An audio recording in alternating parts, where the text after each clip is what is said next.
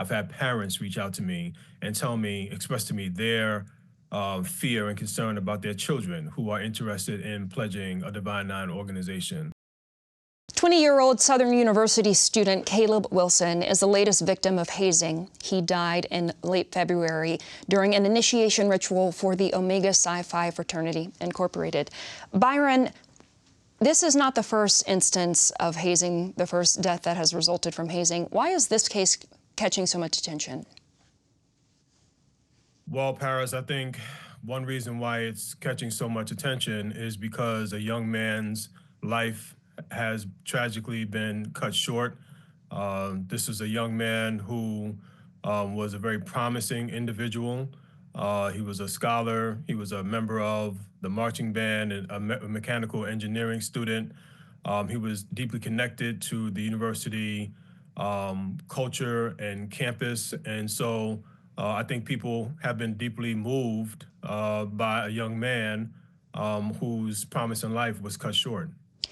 Now, you are a member of Omega Psi Phi Fraternity Incorporated, and you also are the director of a documentary film about hazing. Why does this still happen in fraternities and sororities and other organizations? Well, I think hazing continues because young people are still attached to the idea that there is a tremendous amount of value in putting newcomers, potential new members through a rigorous, arduous, challenging process in which they must endure hardship or difficulty or other challenges to earn their way into the organization. And so because oftentimes these activities are conducted by very young people, they're not really fully aware of the consequences or the risks associated with these planned hazing activities. And so as a result, they think that nothing is going to happen. They went through it. They managed to live through it. They survived it. And they think other people will too. But that is not the case. And whether someone is injured or at the extreme case, they are killed, there's still harm that's created, right? Emotionally, psychologically, there's harm that's created. Byron, in your film, the author Stacey Patton talks about the history of hazing, and in so many ways, she and others have made some comparisons to practices we saw during slavery, especially when we consider the brutalization of Black bodies. And this, of course, is specific to Black fraternities and sororities known as the Divine Nine, because we know that other fraternities and sororities also participate in these rituals. Do you think that's lost, though, for those of us who identify as Black? Do you think it's lost on people who are participating in this? Well, I love Dr. Stacey Patton. I think her work is really important. She's a researcher, and she's done a tremendous amount of research that connects violent abuse toward African-American people, especially children and young people, with the legacy of slavery in this country. I don't think that people are necessarily making that connection when they are involved in planned hazing activities. But I think that there are some remnants from the legacy, the impact, the trauma of slavery that has been passed down through the generations. Post-traumatic slave syndrome, I think, certainly plays a factor in the continuation of these sort of violent, abusive hazing rituals that we see in the Divine Nine specifically, even though hazing exists outside of the Divine Nine, outside of Black Greek letter organizations. And yes, and we should be clear that 83% of hazing incidents, according to the U.S. Hazing Deaths Database and as cited in your film, take place in white fraternities and sororities. That is true. And hazing deaths occur in white fraternities much more often than they do in Black fraternities. And I think that's another reason why this case has caught so much attention. Because it is rare, for a death to occur. Now, the connection is there. Now, in the documentary, you talk about your own experience, your own process of joining Omega Psi Phi, and how hazing was part of that. And you also talk about sort of this code of silence as part of the brotherhood. Why did you break your silence? Well, I just felt like it was time. I felt like it was time for someone to really address this issue in a very honest, transparent way.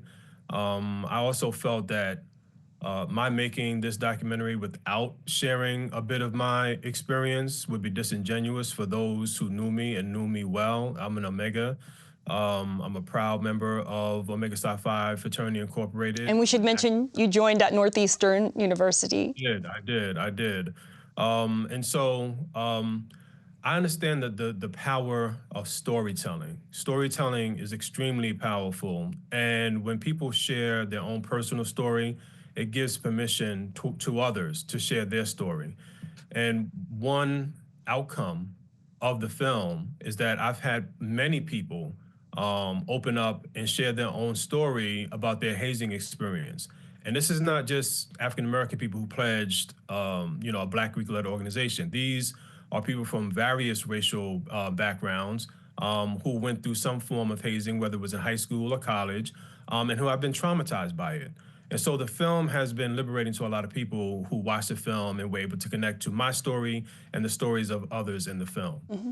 Now, 3 people have been charged in connection to the death of Caleb Wilson. Omega Psi Phi Grand Basileus Ricky L. Lewis has also come out and expressed condolences to the Wilson family and said that local authorities have been digging into what happened and has just supported any efforts to figure out the truth. What other accountability would you like to see here? Well, I mean, this is still an active investigation, so I don't want to comment too much on the specifics of the case. I think that we, as a collective group of Black Greek-led organizations, must continue to hold ourselves accountable and create, promote, and amplify the voices of leaders who are very strong and who speak out against hazing culture and are working to change the culture, to shift the culture that currently exists in some chapters, in some organizations that comprise the Divine Nine. I think that's the only way that change is going to happen, really. I think that there has to be huge cultural change. I think there needs to be massive education and awareness among the membership of many of the organizations within the Divine Nine.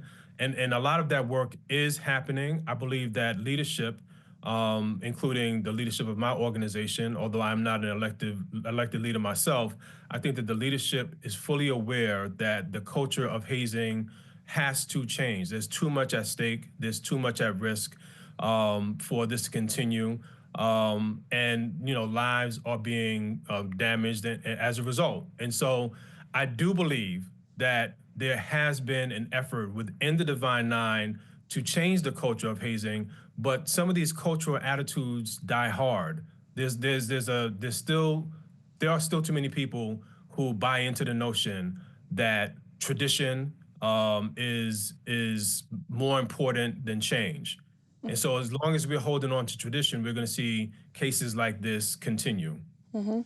You talked about kind of breaking your silence, and I just, want to be fair here and ask, have you ever participated in any hazing and bringing anyone else into the organization? Well, in my film, I'm very honest and very candid about my own complicity and my own participation in hazing. And for those who take the time to watch the documentary, you'll see that honesty that I share, which I felt was very important, which I also think has led to people coming forward and sharing their own stories and talking about their own participation in hazing culture. So it was really important for me to be honest, to be upfront, and to disclose my own role in participation in hazing. Mm-hmm. What message would you like to send to maybe some young college students right now who are wanting to join an organization like yours, but are wrestling with the possibility of having to go through this process, which can be deadly. Well, Paris, I have to be honest with you and say that, since the story of Caleb Wilson broke, I've had many people reach out to me privately who have shared with me that they want to join a Divine Nine organization, but they are fearful of being hazed or the hazing process.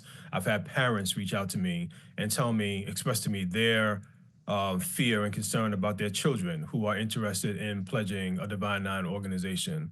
I would say that it's important to do your research and do your homework, and to make the most informed decision that you could possibly make about the culture of that particular chapter that you're planning on joining, and also making sure that you are honoring yourself to the best degree possible, and making sure that you're not compromising your own personal values, and that you're not putting your own body in personal harm's way or at risk for being abused, endangered, harassed, or